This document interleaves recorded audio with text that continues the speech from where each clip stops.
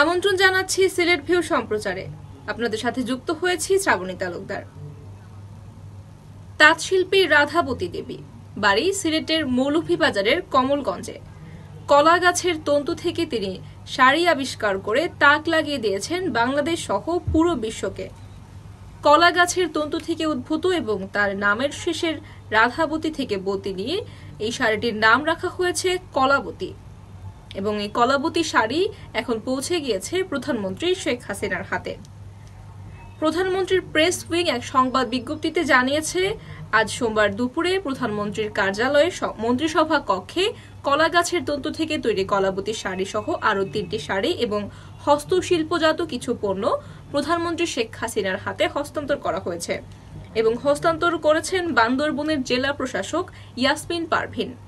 জানা যায়, ইয়াসমিন পারভিনের পৃষ্ঠপোষকতায় কলাবতী শাড়িটি তৈরি করতে সক্ষম হয়েছেন রাধাবতী দেবী। এবং রাধাবতী দেবীর বাড়ি মৌলভীবাজারের কমলগঞ্জে, তার জন্ম সেখানে এবং বেড়ে ওঠাও কমলগঞ্জেই। মৌলভীবাজার জেলা সদর থেকে 30 কিলোমিটার দূরে কমলগঞ্জে তিনি বেড়ে উঠেছেন। তবে তার ভাই কাজ করতেন বান্দরবনে এবং সেই সূত্রেই বান্দরবনের জেলা প্রশাসক ইয়াসমিন পারভিনের সঙ্গে রাধাবতী দেবীর পরিচয়। এবং রাধাবতী দেবীর পরিচয় হওয়ার পর তিনি তারই পৃষ্ঠপোষকতায় কলাবতী নামে কলা গাছের তন্তু থেকে শাড়ি তৈরি করতে সক্ষম হন এবং এই শাড়িটি তিনি তৈরি করেছেন মাত্র 15 দিনে, যেটি এখন রয়েছে প্রধানমন্ত্রী শেখ হাসিনার হাতে। রাধাবতী দেবী মনে করছেন এটি তার জন্য এবং তার মতন প্রান্তিক নারীদের জন্য একটি বিস্ময়কর সম্ভাবনা।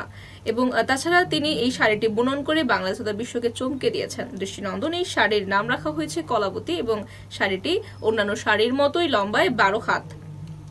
তিনি জানিয়েছেন, জন্মের কয়েক মাস পরেই তার বাবা মারা গিয়েছিলেন, ফলে মা আরো একটি বিয়ে করেছিলেন এবং তখন থেকেই তার জীবন দুঃখ কষ্টে বিষণ্ণতায় কাটতে শুরু করে। এই 66 বছরের জীবনে তিনি অনেক চড়াই উতরাই পেরিয়েছেন। বর্তমানে তিনি বিশ্বের মধ্যে একটি পরিচিত নাম। কয়েকদিন আগেও রাধাবতী দেবীকে কেউই চিনত না, তবে এই কলাবতী শাড়ি আবিষ্কারের পর থেকে বাংলাদেশের সবার মুখে মুখে এখন তার নাম। বাড়িতে টকটুকে অর্থাৎ তাঁতের কাঠের মেশিন দিয়ে তিনি তৈরি করেন মণিপুরি বস্ত্র। তাঁত বস্ত্র তৈরিতে নিয়েছেন বেশ কয়েকটি ট্রেনিং, তবে এখন নিজেই তিনি প্রশিক্ষণ দিচ্ছেন গ্রামের প্রান্তিক মেয়েদেরকে। মণিপুরী তাঁতশিল্পী রাধা দেবী একসময় অবস্থান করেছেন সিলেটের মীরাবাজারে এবং সেখানকার একটি সমবায় অফিসে তাঁত বস্ত্র বুননের কাজ করতেন তিনি। এবং তার কাছ থেকে যারা প্রশিক্ষণ নিয়েছিলেন তারা সবাই আজ সফল বলেও জানিয়েছেন রাধাবতী দেবী।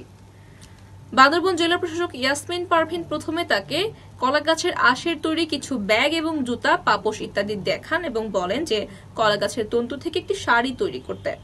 প্রথমে চিন্তায় পড়ে গেলেও এই সুতায় হস্তশিল্প বুনন সম্ভব হলেও তিনি অন্যান্য সুতার মিশ্রণে কলা তন্তুর সাথে একটি শাড়ি তৈরি করেন এবং ইয়াসমিন পারভিনের পৃষ্ঠপোষকতায় তার মনে সাহস আসে। কলা গাছের কিছু সুতা এনে তিনি কমলগঞ্জে বসে প্রথমে শাড়িটি তৈরি করেন।